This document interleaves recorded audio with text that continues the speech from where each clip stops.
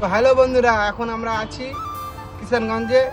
আজকে এখানেই খালি হবে মাল, বেশি দূরে যাইনি। আজকে কিষানগঞ্জেরই মাল আছে, তা আজকে রান্নাবান্নার ব্যবস্থা করা হবে। তো চলো রান্নাবান্নার ব্যবস্থা করা যাবে।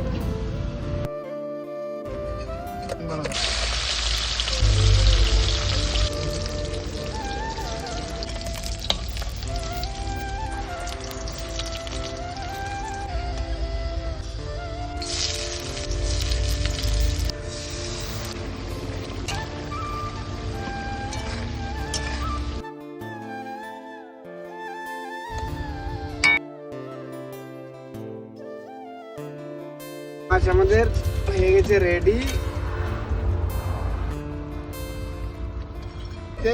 এই যে আমাদের মাছ,